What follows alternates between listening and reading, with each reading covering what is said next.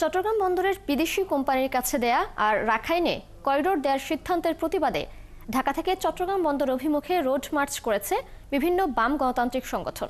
শনিবার রোড মার্চের শেষ দিন বন্দরের ৪ নম্বর গেটের সামনে সমাবেশে দেশের সার্বভৌমত্ব ও স্বার্থবিরোধী সিদ্ধান্ত বাতিল না হলে আরও কঠোর কর্মসূচির হুঁশিয়ারি দেন বক্তারা। জহিরুল ইসলামের ক্যামেরায় প্রণবেশ চক্রবর্তীর প্রতিবেদন। বন্দরের টার্মিনাল বিদেশি কোম্পানির কাছে তুলে দেওয়ার সিদ্ধান্তের প্রতিবাদ সহ 4 দাবিতে রাজধানী থেকে শুরু হওয়া চট্টগ্রাম অভিমুখী রোড মার্চ শনিবার বিকেলে পৌঁছায় বন্দর ভবনের সামনে।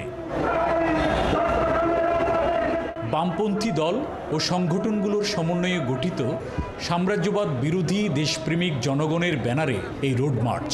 আমাদের সক্ষমতা গড়ে তুলতে হবে এবং তার ভিত্তিতে এই টার্মিনাল পরিচালিত হবে, বিদেশি কোম্পানিকে দেওয়া যাবে না। এরপরেও যদি এই ধরনের সিদ্ধান্ত নেন, আমরা আমাদের আন্দোলন চালিয়ে যাব। তাদের যে স্বার্থ, আমাদের যে সার্বভৌমত্ব, সেই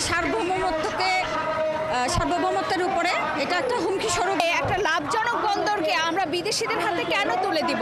শনিবার বিকেলে বন্দরের 4 নম্বর গেটের সামনে প্রতিবাদ সমাবেশে বক্তারা বলেন, দেশের স্বার্থ ও সার্বভৌমত্ব নষ্ট করার চুক্তি বা সিদ্ধান্তের বিরুদ্ধে আন্দোলন চলবে।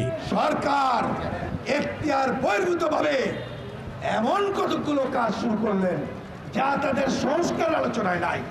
বন্দর কি লোকসানি প্রতিষ্ঠান, লাভজনক প্রতিষ্ঠান? আমাদের ক্ষোভ ডক্টর মোহাম্মদ ইউনূস এইখানে এসে বললেন, কেউ যদি না বোঝে বুঝাইতে হবে লিজ দেওয়ার জন্য। আচ্ছা, ভালো কথা, আসেন আপনিও বুঝান, আমরাও বুঝাই, বন্দরের শ্রমিকরা বুঝাক, জনগণ যেটা বলে গ্রহণ করব। এইটা তো গণতন্ত্রের ভাষা। সমাবেশ থেকে অভিযোগ করা হয়, বর্তমান সরকার প্রয়োজনীয় সংস্কার না করে এখতিয়ার বহির্ভূত কাজে যুক্ত হয়েছে, যা জুলাই আন্দোলনের মূল চেতনা বিরোধী।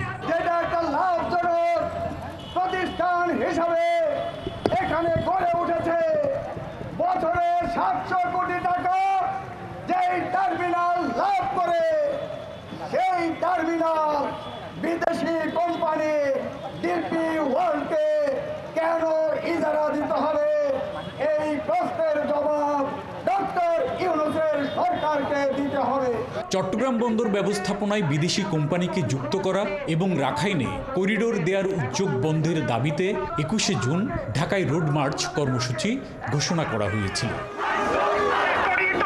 প্রণবেশ চক্রবর্তী, ৭১, চট্টগ্রাম।